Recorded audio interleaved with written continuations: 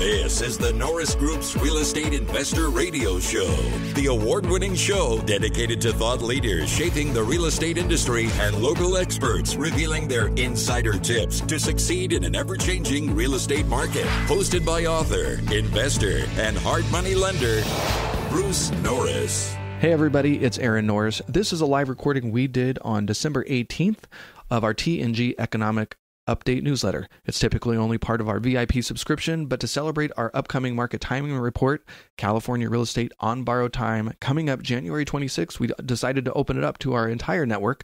You can watch and listen to the entire thing uncut at thenorrisgroup.com/TikTok, where you also find information about the event coming up on January 26th. What the lending world is able to say yes to, and what the buyer is able to really qualify for. So there's things that have changed. Insurance is one of them.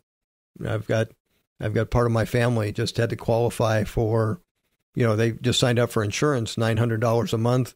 So that takes out $10,800 out of their budget. And they have $15,000 deductible. That's almost not having insurance.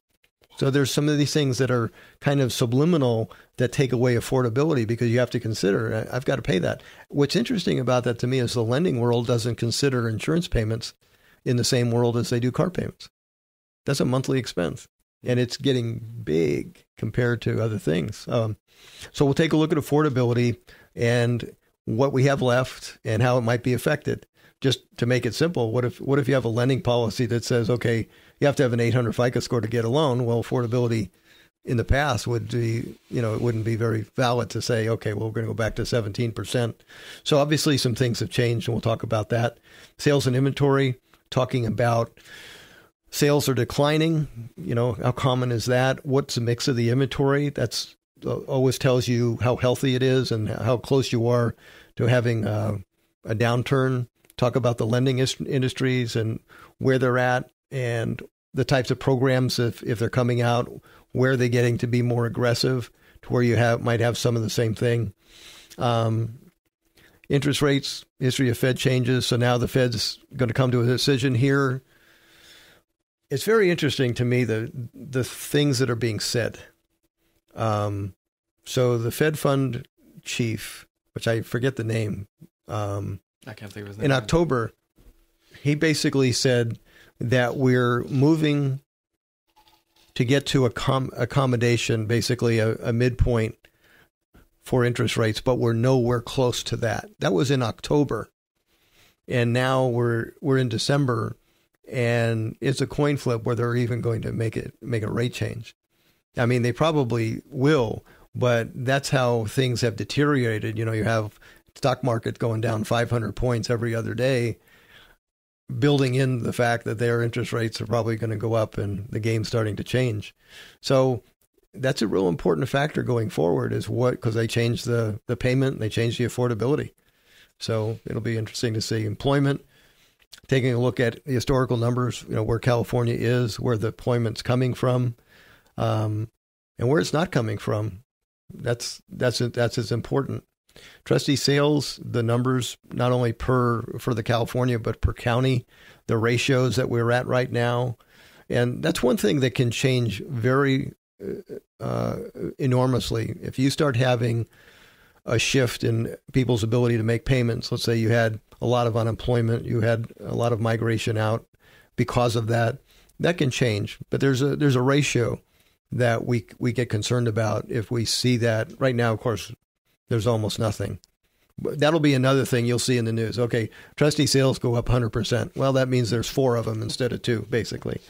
Okay. Construction of new homes, and condos and so forth. Take a look at the numbers there, historical numbers. Commercial real estate, it's certainly had a nice run.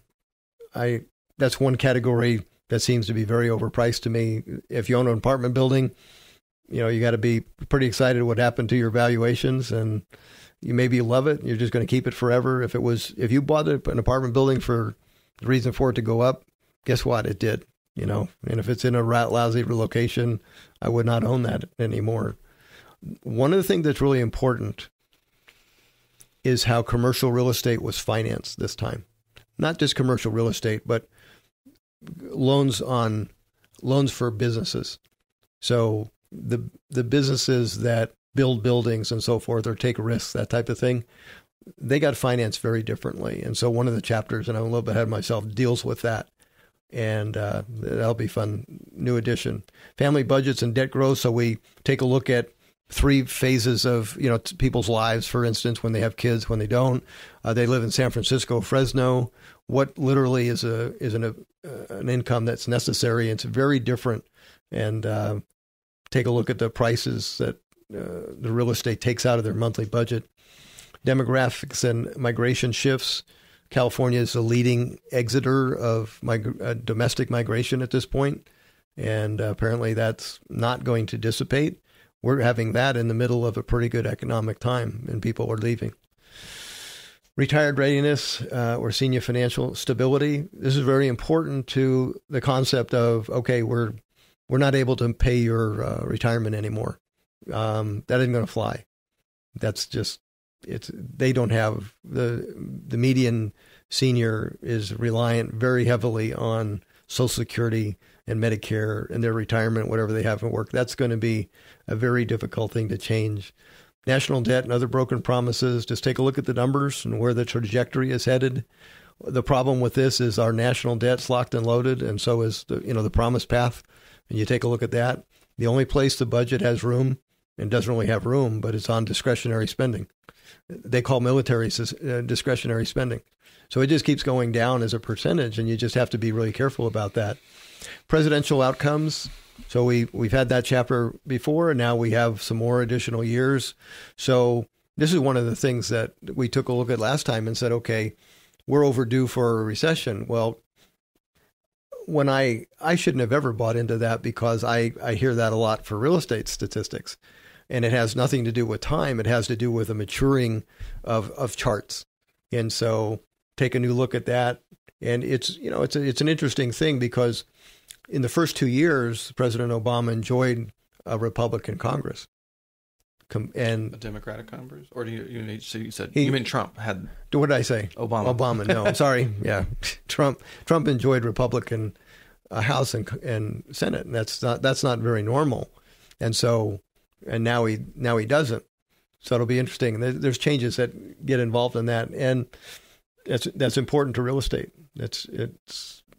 It's an interesting chapter. Well, in California being supermajority Democrat now, that's a big deal. It is a big deal. You and I are going to interview some people just to find out how big of a deal that is. Mm-hmm. So, past recessions and the likely cause of the next one. So that's a new chapter, taking a look at what a recession, how it gets started, and so that's one of the chapters that's brand new, and a lot of work went into that.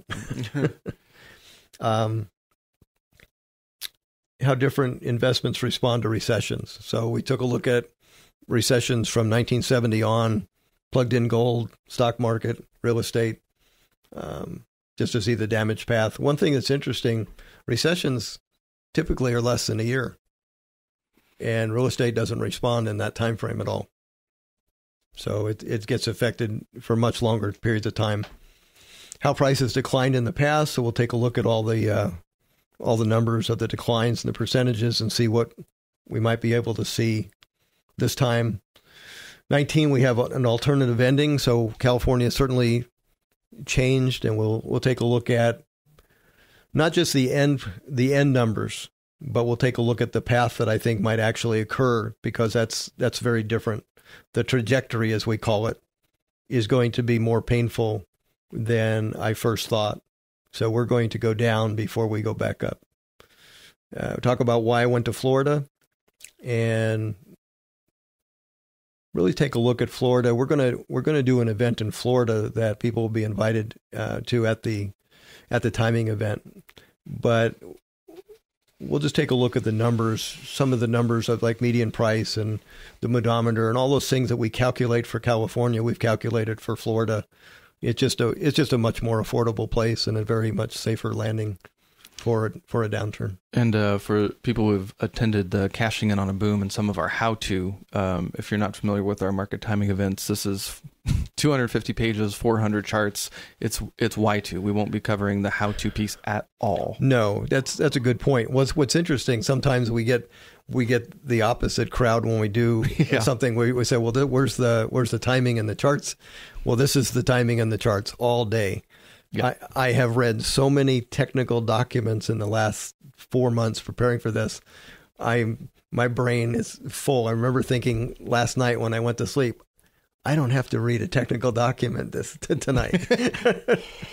Well, we're going to start opening it up for questions. So if people want to start, we've got a few minutes. We definitely try to get everyone out of here by 1. So we have some, if we end early, great, but willing to take some questions. If you want more information on the market timing event, it's if you go to the norrisgroup.com, you can look under our calendar, or the shortcut is the norrisgroup.com/TikTok. I thought that was cute. Thanks, Mr. Tyrone. Good to see you. Have online asset for the January event. How does 2018 feel compared to past markets? To me, it feels different because in 2008, nobody was talking about it or predicting it. He says, besides you, now there are many people who talk about the fall coming. Do you agree? Sort of, yeah, there definitely is sort of a media train where the sky is falling. And is this Philip Tyrone? Yes, it is. Okay. Hi, Philip. Well, you know what? You've been in lending. That's why I asked the question. So compare the lending environment in 2006 and 7 that set up 2008 and compare lending in 2016, 17 to get to where we are. Two very different piles of loans. So I don't think we're going to have a catastrophe coming from residential financing. Now, what's interesting, and that's one thing that we cover in one of the later chapters, is there are piles of debt that are problematic, but it's not the residential financing. So think about what you were funding. One of the things you and I had a conversation with around 2006 or 7, you knew all the lenders that had done really dangerous loans. We even got together and talked about doing shorting of those stocks, that type of thing. Who would we talk to now? Something like 98% of the loans Fannie Mae has funded over the last 6 years are fixed. The interest rates are 3 to 4%. Equity has not been extracted. So what we'll do in the seminar is really take a look at some of the protections that are in the system this time that weren't there. That doesn't mean you're not going to have a rise in foreclosure. It doesn't mean you're not going to have more exiting of migration. It doesn't mean it's going to be a pleasant time. It just doesn't look like a crash to where we're going to go from, wherever we are, 555,000 to 280,000. But you don't need to have that damage to feel it and to be able to say, you know what, I'm going to step aside. I'm not going to be part of the damage here. So Philip, that's what the day is really about. It's not trying to scare anybody, but it's trying to say, you know what? I think the decisions that I would like to make in 2019 would mimic the decisions I would have liked to have made in 1989. That is the truth. So I would be cautious. Like I wasn't cautious in 1989. I built 7 custom homes thinking it would be business as usual because that's what 89 was. It was a good year. Unfortunately, it was the last good year. So when I got done with that product, I paid for that mistake for 3 years. There are going to be people that make mistakes in 2019 that they'll pay for, or they'll be able to step aside and get to safe ground and be happy they did. Because what's going to happen is typically in California, we have numbers that change. We go from 225% of national price to 160%. Okay, so that just means one of those two numbers has to move, or both. That's a big spread. I don't want to enjoy that sitting on the wrong side of the table this time. Do you think if you own land that you're not going to build on, you should get out ASAP? Land. Yeah, like yesterday. I mean, no, I got to be honest with you. Driving here this morning, I remember I thought about this. I'd passed 3 tracts of custom home lots developed in 2005. This is almost 2019. They are sitting there. There's one new home being built, probably for someone who's going to live in it. There's got to be I don't know, 80 custom home lots that went for $600,000 at the peak 13 years ago, and they still don't pencil. Think about when those were developed too. So at the peak of the last market, so it was really expensive. It was euphoria. It was very expensive. So, I wish you'd asked me that question a year ago, because it's not. This is the difficulty, and this is one of the things we're going to talk about, is that you can definitely own the wrong inventory that will get damaged much more in price than the median price. So let's just talk about it for a second. That's why I was saying I would like to help people avoid 1990 for me. Okay, what did I own? I owned exactly the wrong inventory, because you start paying for flaws. And so what was my biggest flaw? I was on leased land. I had most expensive homes in Palm Springs. I was on leased land, and I was in a second home area. And so that's what happens. So you have a product that is at the bottom of the totem pole when we get to quadrant 1 and 2. So sorry to scare you, but the problem with land is sometimes it pencils to 0 or less. I don't think you're there yet, but you definitely have people that will be cautious buying land in 2019 where they might have been aggressive in 2018. Okay. Brad asks, there's a lot of people, especially in the last couple of years, who've put very minimal down on their home. So as it goes backwards, do you see a lot of people walking away? You'll get a certain percentage of those, and let's say it's even an aggressive percentage. It's still such a small percentage of the marketplace. You still had a lot of people putting a lot of money down. So if you're talking about a systemic event, we would need, I would say, 100,000 trustee sales for California to have a big impact on price. I think we don't have that in the cards. Sure, you're going to have people lose their job. They're going to go into foreclosure. You're going to have people that don't have equity go into foreclosure. But these people are different than the last cycle. Even if they didn't have a big down payment, they actually had to have a job. They had to have credit. Yeah, even stated income loans, they're typically wanting to see 2 years of W-2. I know they've started to have a few more aggressive loan programs, but I haven't seen them en masse. Right. And you got to think about what was in place. And this is why Philip I was glad he asked that question, because Philip understood how bad the loan products were for years, and they kept on getting progressively worse. But you don't have a bunch of loan programs to end either. And again, we're going to go over this on the 26th, because it's really important. So you don't have all these tricky loan programs that are going to end. So people signed up for stuff, and part of the reason is they just knew with confidence that, 2 years later, when the payment adjusts to double, I'll just refi to another program.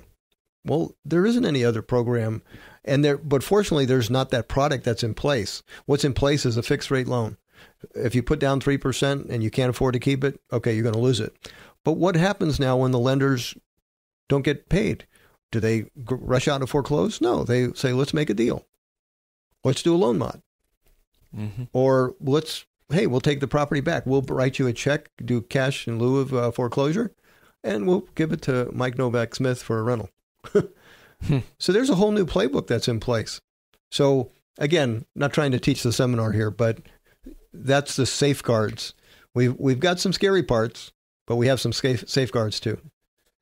Sort of two questions I'm going to combine. And maybe this is not a good time to do it because it's a Florida question. Generally, where does Bruce see Florida in the cycle? Yeah, I'm very comfortable with Florida in the cycle, to be honest with you. That's one reason I'm there. I'll just give you one math equation. We have something called a moodometer. What percentage of the median income is taken by the median price home? Mm-hmm. California is 45%. Florida right now, after a price run for the last 6-7 years, 24%. Yeah. Do you see a time in the future where it would be good to sell in Florida and buy in California again? Sure. It's an interesting question. So when that gap closes, what I had mentioned, so you go from 225 to 160, then all of a sudden, maybe California is the return state to where you say, okay, now is it going to take another run to 225? Maybe you want to take advantage of that. Just another questions about multifamily. You sort of covered it, but how are you feeling about multifamily now? I mean, it's sort of like the Mike Cantu philosophy or the Tony Alvarez philosophy. It depends what your intention was. So I like that Mike Cantu literally gives the property an assignment, and it's usually keep forever, send me a check. Well, if that's why you bought the apartment building and it's a good location and all of that, then that's a different answer. But if you bought it for it to go up, man, it has done its job. And it probably will be impacted more than housing, but more than single family, because you got to cap rates that don't make sense. I probably said this before, but speaking in front of an audience of 400 apartment owners, I get asked, are we in a bubble? And so I said, I'm not an apartment expert, but I can ask one question and you'll tell me. I said, would you buy your apartment building at its current valuation? And there's rolling laughter. The whole audience is like laughing, and you're going, well, that's the definition of a bubble. You basically just told me that no one intelligent would pay this stupid price. And then they start laughing again. Yeah. But why don't you sell that stuff, Getting back to the land question, just to give you an example. Rosamond, we bought for $3,000 a finished building lot at the bottom. In the peak, we sold that for $280,000 the house. Tony Alvarez bought one as an REO for like $45,000 or $50,000. Mm-hmm. And Rosamond, right now, you probably can't pencil to build. New construction? No. Yeah. So think about land. When that developer created that land in Rosamond, it was in the late 80s, just what I did in Florida. I mean, in Palm Springs. He held on to that thing and lost it. The bank held on to it. The bank went under. I mean, that was a journey. Land is scary stuff at the end of quadrant 4, which we are at. Okay. That was going to be my follow-up question. Where do you feel we're at in our quadrant system? I haven't looked at all the math, and I've got to, I got to consider where we are, but it sure feels like we're at the bottom of the 8th inning. Yeah. Which that's exactly why I said, okay, I'm going to write this report, because there's time. I don't think 2019 is a devastating year. I think it's an acceptable year to sell stuff. See, most investors, if you look at the inventory of most investors, what do we get deals on? We get deals on marginal homes, marginal locations. Maybe we fix them up to where they're grand, or maybe we don't. But you start paying for anything that's got flaws after the downturn starts. And so that's what becomes unprofitable. And the damage gets much more on that inventory. So that's one of the reasons I said what I said about the 90s that I didn't reiterate. If you looked at a chart, the 1990s went down very methodical, 2% or so a year.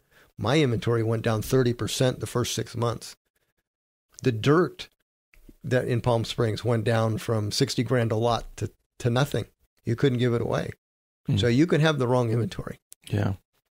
Last few questions before we run out of time. If Bruce didn't go to Florida, are you loving any other states? Texas has got the migration of businesses, and it's got the migration of people. I've been there, very high taxes, and they've had a pretty good price run. So to be honest with you, I'm not an expert on all 50 states. I'm not an expert yet in Florida, but we're making every effort to do that. I like Florida for one basic reason. Its main business is seniors, and seniors need caretakers. And right now, Florida, just to give you an example of what I think is going to happen in Florida, 18% of Florida is over 65 years old. And here's the ratio. When somebody turns 65, they have 2 caretakers. By the time they're 85, they have 7, which means that 18% of the population is going to drive 350% more caretakers in the next 20 years, which is your renter or your buyer. And those tend to make a little bit better money. They make good money, and they're being asked to come. That's it's almost like having a tech job in San Jose where you have expertise. They're asking you to show up. That's what happens in an area like Leesburg, is that if you're an RN, you're being asked to show up. All right. Well, we have got to end. We will get this up. Actually, we might even have it on the radio show. I guess we'll talk about that over the next couple of weeks. Okay. And you'll be able to find this under thenorrisgroup.com/TikTok. I'll post the slides and the video up there so you can listen to this. And that's great. Thanks so much, everybody. Happy holidays. Merry Christmas. Merry Christmas. I hope to see you in January. Bye, everybody. For more information on hard money loans and upcoming events with the Norris Group, check out thenorrisgroup.com. For information on passive investing with trust deeds, visit tngtrustdeeds.com.